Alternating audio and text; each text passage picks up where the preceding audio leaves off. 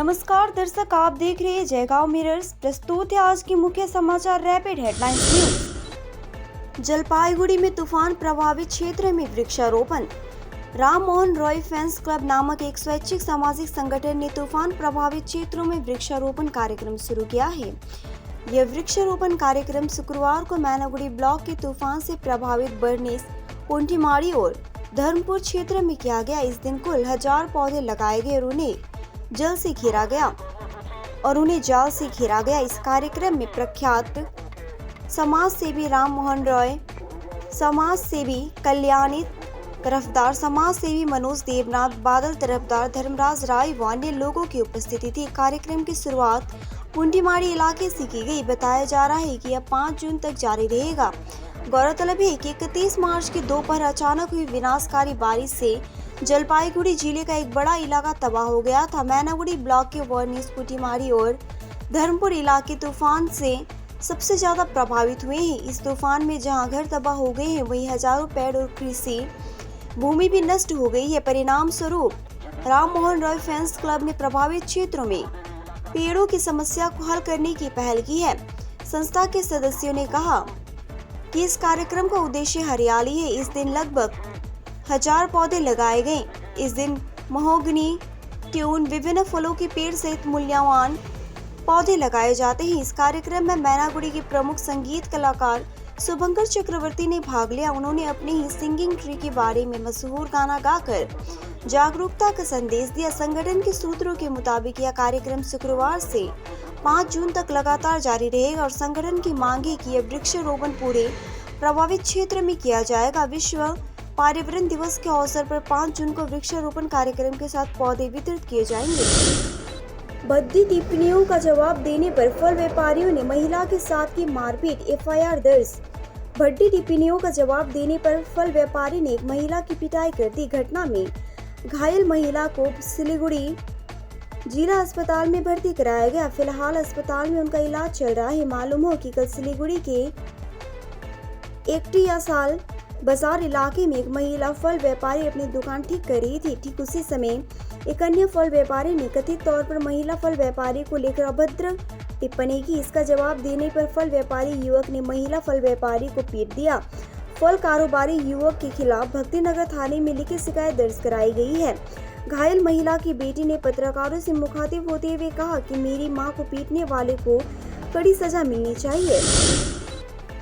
डकैती की योजना विफल, पुलिस ने हथियार के साथ 3 आरोपियों को किया गिरफ्तार। सिलीगुड़ी मेट्रोपॉलिटन पुलिस के प्रधान नगर थाना पुलिस ने सिलीगुड़ी में डकैती की योजना को विफल करते हुए 3 लोगों को गिरफ्तार किया है। गुरुवार की रात सिलीगुड़ी मेट्रोपॉलिटन पुलिस प्रमुख ने प्रधान नगर थाना क्षेत्र के कुलीपाड़ा इलाके से 3 आरोपियों को गिरफ्तार किया है। गिरफ्तार अपराधियों के नाम शिबूपाल, मोहम्मद फारूक और मोहम्मद बुद्धा है। गिरफ्तार सभी लोग प्रधान नगर थाना क्षेत्र के रहने वाले हैं। प्रधान नगर थाने के पुलिस सूत्रों के मुताबिक गिरफ्तार किए गए सभी लोग कल रात कुलीपाड़ा के पास महानंदा नदी के किनारे हथियार के साथ एकत्र हुए थे। पता चला है कि आरोपी गुरुंग बस्ती इलाके के डकैती की योजना बना रहे थे। गुप्त सूत्रों से इसकी जानकारी मिलते ही प्रधान नगर थाने की पुलिस ने ऑपरेशन चलाया। हालांकि पुलिस गाड़ी की रोशनी देखकर 4 से 5 बदमाश महानंदा नदी पार कर भागने में सफल रहे, लेकिन प्रधान नगर थाने की सफेद पोशाक पुलिस ने बाकी 3 लोगों को पकड़ने। एक महिला की रहस्यमय मौत से शुक्रवार को मैनागुड़ी शहर में सनसनी फैल गई है। ये घटना मैनागुड़ी शहर के वार्ड नंबर 16 के शहीदगंज इलाके में घटी है। महिला को लहूलुहान हालत में बरामद किया गया। उसके परिजन उसे लहूलुहान हालत में मैनागुड़ी ग्रामीण अस्पताल लाया गया तो डॉक्टर ने उसे मृत घोषित कर दिया। पता चला है कि मृतक महिला का नाम अर्चना दे सरकार 44 वर्षीय था। वो घर में अकेली रहती थी। पड़ोसी की एक महिला को उसकी देखभाल करने के लिए कहा गया था। शुक्रवार सुबह देखभाल करने वाली महिला घर में गई तो दरवाजा बंद मिला।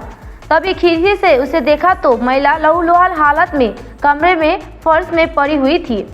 फिर इसकी सूचना बेटी और दामाद को दी गई। दामाद तपस दास अपनी पत्नी के साथ ससुराल पहुंचा। तपस दास ने कहा कि गर्दन पर चोट का निशान है, कई जगहों पर खून के धब्बे हैं। इसी बीच मैनागुड़ी ब्लॉक स्वास्थ्य अधिकारी सीतेश बार ने कहा पत्नी पति के अवैध संबंध का विरोध करती थी और यही उसके लिए मौत का कारण बन गया। एक पति पर पत्नी की बेरहमी से चाकू से गला काटकर हत्या करने का आरोप लगा है। घटना मालदा के पुकरिया थाना क्षेत्र के पुरानपुर इलाके में घटी है। सबसे बड़ी बात यह है कि ससुराल में आकर दामाद ने इस घटना को अंजाम दिया। पुलिस ने आरोपी को गिरफ्तार कर लिया है। मालूम हो कि मृतक गृहिणी का नाम अनगुरा बीबी है। उनकी शादी 5 साल पहले कटलमारी इलाके के रहने वाले अशरफुल हक के साथ हुई थी। आरोप है कि शादी के कुछ दिन बाद ही अशरफुल का किसी दूसरी स्त्री के साथ अवैध संबंध शुरू हो गया। इस बात को लेकर पति पत्नी के बीच मनमुटाव होता रहता था। अशरफुल कल रात पुरानपुर इलाके में अपने ससुराल आया था। कथित तौर पर अवैध संबंध की घटना को लेकर उनके बीच फिर से झगड़ा हो गया। तभी अशरफुल ने धारदार चाकू से अपनी पत्नी का गला काटकर बेरहमी से हत्या कर दी। पुलिस ने अशरफुल हक को गिरफ्तार कर लिया है। मृतक गृहवधू के पिता मजरमुल हक ने आरोपी दामाद को फांसी देने की मांग की है। पल पल की खबरों के लिए देखते रहिए जयगांव मिरर्स, सच्चाई का आईना।